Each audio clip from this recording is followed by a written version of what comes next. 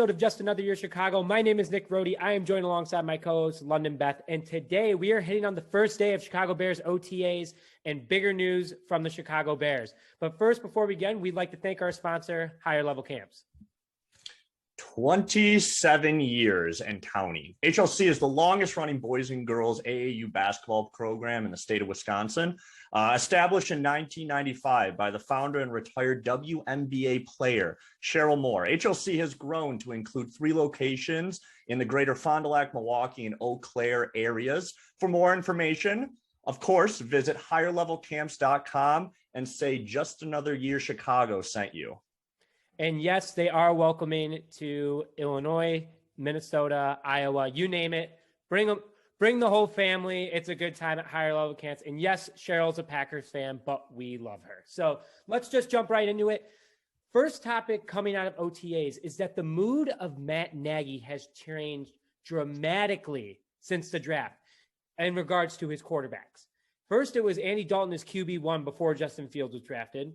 He calls Andy Dalton, says, hey, we're drafting this guy, but you're still our number 1 quarterback. And now all of a sudden we're going into, we'll see who's going to be the starting quarterback. They're still saying Andy Dalton is number 1, but Nagy kind of threw in a little comment saying, we'll see who's the best fit for week 1. So the mood has 100% changed. It's gone from 190% sure Andy Dalton is still starting week 1. Matt Nagy feels a lot of confidence in Fields already, and that came out of rookie training camp. That's also coming out of the first day of OTAs. And just like the mood of the Bears, the vibe of the Bears, not just in the quarterback room, but as a team, kind of feels like that 2018 swagger again.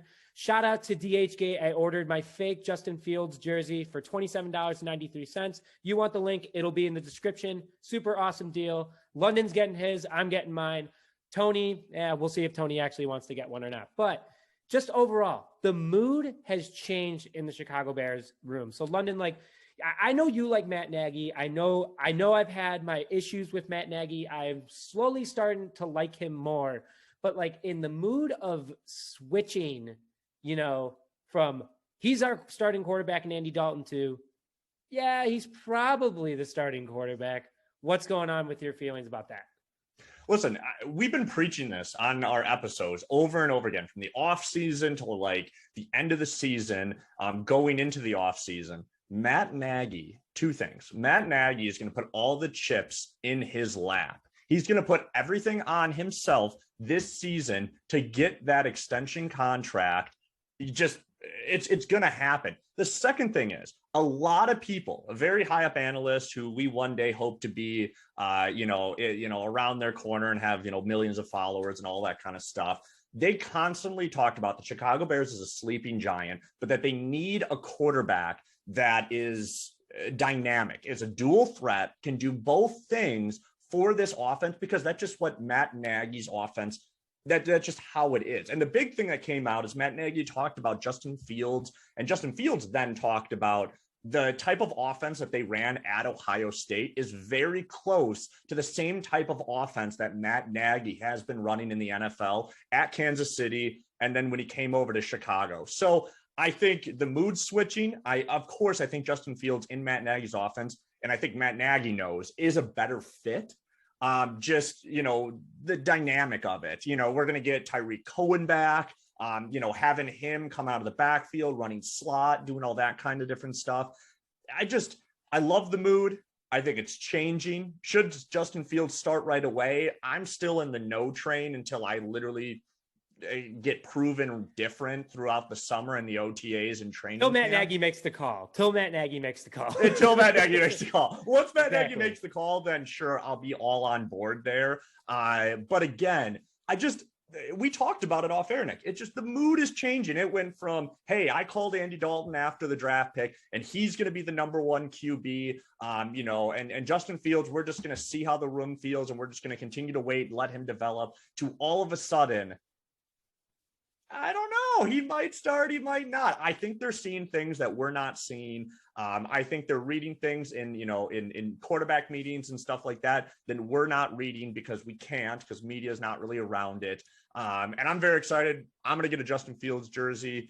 Office Dog Angel's going to get a Justin Fields jersey. Make sure to get your Justin Fields jersey because it's like the top 3 most sold the number jersey. 3 seller. Like all 3 of the jerseys are the number 3 sellers. That's how you know how excited these Chicago Bears fans are for this. And I think Matt Nagy and the Chicago Bears just know Justin Fields is the future. The mood is changing. I still think Andy Dalton is a very viable quarterback. And like I said, I agree with what Jay Cutler said. You know what I mean? I think Andy Dalton is a viable quarterback. I think he can play. But when Justin Fields is ready, just like Jay Cutler said, when Justin, Smoking Jay, when Justin Fields is ready, put him in. So, yeah. I mean, I was going to hit on this with you. Like, do you start him? Do you not? No, you're saying no. I'm saying it depends. And, Jay Cutler, obviously, Smoking Jay, can't go wrong with him. Greatest Bears quarterback we've ever seen play on a field. We didn't have the opportunity to see McMahon play live. But I think that, in all honesty, that it really depends. Like, I do not mind him starting week 1. But also, you have to remember, he's going up against a very tough LA Rams defense in week 1. But then again, you want that mood. You want that mojo out of the gate. You want, if this is the team, this is the team. If Andy Dalton's 7-2 after 9 games, just hypothetically throwing it out there, it's probably not going to happen. But let's say it does happen. You're not going to throw in Justin Fields. You're obviously winning with Andy Dalton. Let him sit. Let him do what he has to do. Get some reps. But if you start off with Fields, it's either you start off with Fields or you don't play him at all at this point for me. And I know that we had a prediction when he's going to go in, but it depends on the team. It really depends on how the team's doing. If they're 0-5, hell yeah, throw Justin Fields. If they're 0-3, throw Justin Fields out there. It's obviously a better quarterback decision. This team is very talented entering the 2021-22 season. It's either you start him or you don't. And that's just where it should be. And then all the other dominoes fall depending on how the Bears do. Back to the jersey comment really fast. I just want to throw this out there that Tim Tebow is the number 1 selling jersey in the NFL right now. Then Tom Brady, then Justin Fields, a guy who hasn't even touched the field yet. Haha, no pun intended. But he is, there's just a lot of hype around this guy, and it is a different feeling. This didn't happen with Sexy Rexy. This didn't happen with Kyle Orton. This didn't happen with Jay Cutler. This definitely didn't happen with Trubisky. This is something that Bears fans aren't used to experiencing. Bears Twitter is still super upset, even though the Cubs and Sox, shout out to the Cubs and Sox, both in first place right now. That's the main topic. People still are talking about Justin Fields more. People are, there's something about this guy. We hope to have him on the podcast within the next couple months. Also, shout out to everyone. Thank you for 300 subscribers. We are very thankful for every single one of you, and we look to continue to grow and learn from you. Please comment anything that you would like us to do. We'll bring back Tony's Takes. Tony's Takes is coming back, but Tony is a property manager, and he's too busy fixing leaky faucets. So after that, we're moving into a packed wide receiver room. We're staying mostly on the offensive side of the ball. This episode, we will be back Friday with defensive side of OTAs, but OTAs offensive side is today. We have a packed wide receiver room. Before the episode, we have 13 wide receivers on the roster right now. Obviously, that number is going to get sliced. You can put guys in kick return. You can put guys on special teams. You can throw them on the practice squad. But it is a packed room, and there's a lot of veterans in there. You have Bird. You have Goodwin. You have Miller. You have Wims. You have Robinson. You have Mooney. You have Newsome. A lot of wide receivers are in the Chicago Bears room right now. And there's some decisions to be made. And who needs to make a big impression at camp? I'll let London, I'll let you start with this one because I kind of have a take that Bears fans aren't expecting, but kind of want them to think about a little bit when it comes to it. So who needs to have the best impression during the first week of OTAs? Honestly, and this is going to be something that Bears fans are going to be like, oh, okay, yes, we agree with this, but also they're going to be like, I didn't really see him about to say this. I think Darnell Mooney needs to have the best impression. Okay. Wow. I seriously do. I think that Allen Robinson is our clear-cut number 1 receiver, but since our offense, again, a quarterback, we don't exactly know who that's going to be. If it is Justin Fields, he's going to look to those veteran receivers to throw to, like Allen Robinson. And so we're going to see Allen Robinson getting, a safety over top. We're going to see him, just acquiring more attention from defenses like he has been for the last 2 to 3 years. So I think Darnell Mooney has to take that next step. He had a great rookie year. Okay. He didn't drop any passes. He's very sure-handed and he's just explosive. Granted, Nick Foles overthrew him. Mitchell Trubisky overthrew him. Everybody overthrew him. Everyone overthrew absolutely, him. It was just absolutely ridiculous. Shout out to Jalen Ramsey taking it so personal. But I honestly think he has the most to prove. In the NFL these days, you talk about the best NFL teams. You talk about, the Tampa Bay Buccaneers. You talk about the Chiefs. You talk about the 2 Super Bowl teams. Look at their wide receiver rooms. You know what I mean? Their second and third receiver could be starters on, the Jacksonville Jaguars, and so on and so forth. So I really, really do think, since it is becoming more of a passing league, even though for some odd reason running still dominates, I think Darnell Mooney has a lot to prove. The new guys coming in, now granted, you could say people like, Anthony Miller and Riley Reed and, Javon Wims, I don't really think Riley Reed really is turning out to what he should be. Javon Wims, I don't really know. Yeah, Javon Wims, I don't really know either. I really like, that we brought in Jester because, I played him in high school. We were good friends back then. So shout out to him. Hope he makes either the active or, the practice squad and stuff. We'd love to get him on the podcast. Honestly, I'll shoot him a DM on Twitter. But honestly, I think Darnell Mooney has the most to prove. I think everybody is going to be like, okay, the NFL's on notice. They know what kind of player he is. They know what he can do. They know he's a sure-handed and an absolute route technician. Is he going to translate that, or is he going to have a sophomore slump? If he has a sophomore slump, I think our offense sputters, and it's going to hurt Justin Fields when he comes in. London did not write down notes. London had a chaotic day yesterday. So we barely talked before the podcast, but I 100% agree that Darnell Mooney has a lot to prove. Bears Twitter loves this guy. He interacts with fans. He's a good guy for the Bears community. And, he was a stud 5th round pick out of Tulane. And yes, he could have been an even bigger stud if all those deep passes were hit. He'd probably have another 5-6 touchdowns. And he would have been one of the best offensive rookies last year, but he got stubbed because he did not have a legitimate quarterback to throw to him. And you know what? As time has gone on, Justin Fields is Darnell Mooney's kind of quarterback. Yeah, exactly. Deep, accurate passes. That's what Justin Fields brings. Dalton can do it, sure, not as well as Justin Fields. So it's kind of also on the quarterback. If the quarterbacks do well, Darnell Mooney is going to do well. And Darnell Mooney has to understand that this is a process. This is how the NFL works. My issue, though, is that the Bears don't have any big receivers besides Allen Robinson and Javon Wims. And I don't think Javon Wims is coming back. Also, we kind of said earlier, Riley Ridley is not what he was turning out to be. He was fine. There was a lot of hype that we got him for nothing a couple years back. But he is not turning out to what we thought. He's had his opportunities to play. I think that he does have a lot to prove. Even if he does prove a lot, I don't think the Bears are going to end up keeping him. But my 2 players that I think wide receivers that really need to show out is Anthony Miller due to his attitude issues. He needs to show that he grew up as a person, not just a player, but also has become a better teammate in the offseason. And you can have heart on the field, but when you're disrespecting your head coach, I don't care if he's the worst guy in the world or not. You don't disrespect your head coach on national television, in the locker or at all. That's your head coach. That is your leader. You respect your leader. Now, my second one is Marquise Goodwin. Now, everyone's like, why? He's a speed demon. He's a veteran, was a great pickup. I'm also saying, and he's worked with Justin Fields. Awesome. Love that he works with Justin Fields. Love that he's worked with our quarterbacks. My issue is that I don't want him to come in and be this super confident. I'm a veteran. They need me to help develop this offense, and I'm fast and this, and that. Listen, there's speed everywhere. There is speed everywhere. And sure, he's one of the fastest guys on paper, but guys can get faster. And if it's a tenth of a second, whoop-de-doo. And also, he's small, but he has great hands. I will say that. His story is also incredible. I want him to be on the roster, but I think that he has the most to prove. And he could be a very valuable asset to the Chicago Bears moving forward. So, and again, he's a deep ball threat. We need a deep ball quarterback. But that's all we really had on the packed wide receiver room. More to come on that following next week's OTAs, which will be Monday through Wednesday. So stay tuned for that.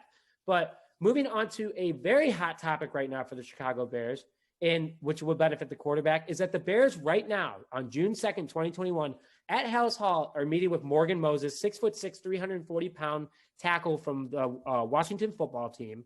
And that's a very interesting conversation and player to bring into the Bears. You know, he's one of the most consistent linemen in the NFL. Is he elite? No. He was a captain, though, so he's a leader. And he's better than Leno. He's better than Massey. He brings experience to a young offensive line.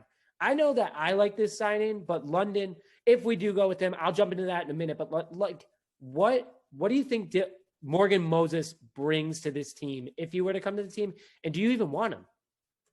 Yeah, I mean, I want him. I think Morgan Moses, and I think you hit on it right there. And like I said, I mean, I'm just going to kind of piggyback off what you said. He was a captain on a pretty good, the Washington football team last year. I mean, they had a lot of really good stud players on offense and on defense. Honestly, they were just missing a quarterback. Shout out to my friend Ethan, who is a Washington football team fan. And that's all they were missing. I mean, they had a really good game against the Buccaneers. Again, with Tyler Haneke or whoever their quarterback was for that game. You got it. He played his mind out, but I mean, Morgan Moses, hands down, he was a captain.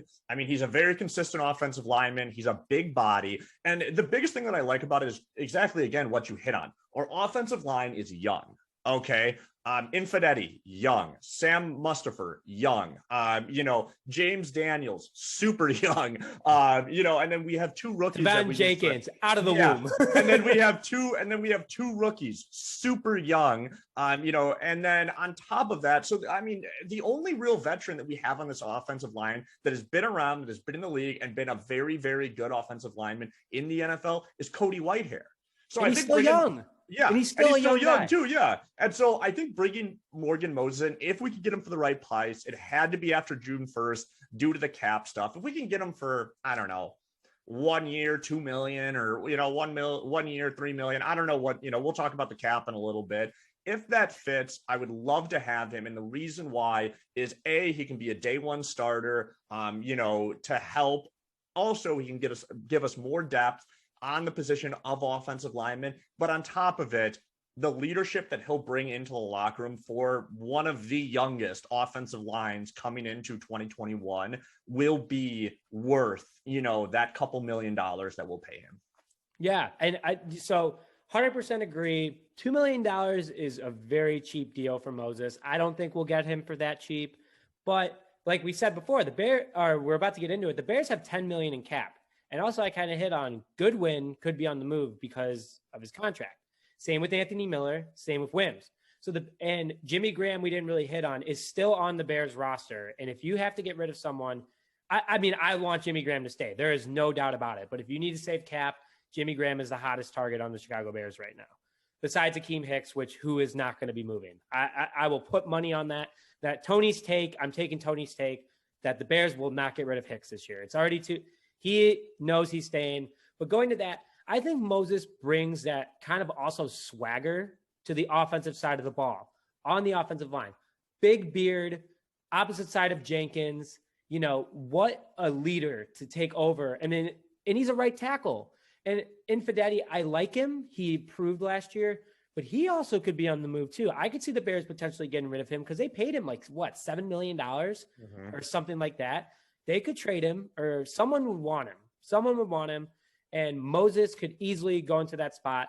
And, Moses is also a great run blocker. So that's going to help out Tyreek Cohen, David Montgomery, and the rest of the Chicago Bears running back room. But here, if Moses were to come to the Bears, here is what the offensive line would look like. Left tackle to right tackle. Jenkins, Daniels, Mustipher, Whitehair, Moses. The second coming of Moses could be coming to Chicago. We are all about it. We want the beard. I get the jersey. We're going to make it happen. But and Ryan Pace is definitely going to be like, hey, I can't pay you this year, but next year I get 30 million more in cap. And on top of it, I get to get rid of almost all my bad contracts. So I can really pay you next year. Just play this year out, take the risk and go from there. So I think there is a chance and I don't know who else he's met with, but the Bears are the only team in recent news that have been announced that he's met with. So that's a good sign as always. And there will be a competition for the best beard between Hicks and Moses. So that's always fun. But final topic of the day before we close out on the offensive side of OTAs and day one is the Bears cap. And we were kind of hitting on this before. London said we were going to talk about later. The Bears have $10 million in cap after June 1st due to the release of Charles Leno Jr. That's a lot of money. That could bring in Moses. But they've only signed one of their rookies, and it happened right before this podcast. They signed 7th-round pick Kyrie's Tonga to a 4-year deal, his agency announced. Great signing, young guy.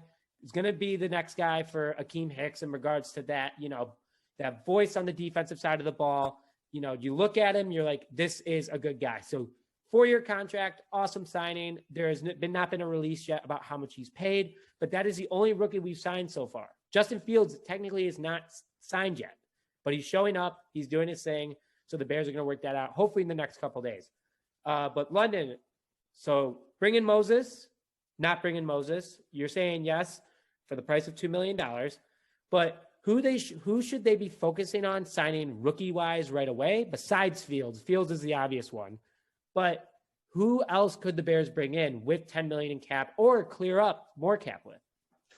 Yeah, I mean, we have to sign our rookies. I mean, like Graham Jr. from Oregon, I think we need to get him locked in. Of course, right. Of course, Newsome, we got to get him locked in, and just everybody. I mean, Jenkins and everybody else. I mean, we have to get our whole entire rookie, draft signed. The cool thing about it is when it comes to the cap, rookies, and the reason why rookie quarterbacks, you always have to get the most out of their rookie contracts before they sign those large Patrick Mahomes $400 million deals, is because they don't do much of a cap hit. You know what I mean? Like Tonga probably doesn't do any of a cap hit, being a 7th-round D tackle out of BYU. So it is actually really good. I think we're going to get them all signed. I want to bring in Moses. I mean, it's $10 million, sure. We'll give him $5 million then, maybe. I don't know, somewhere around that area. And then who else could we bring in?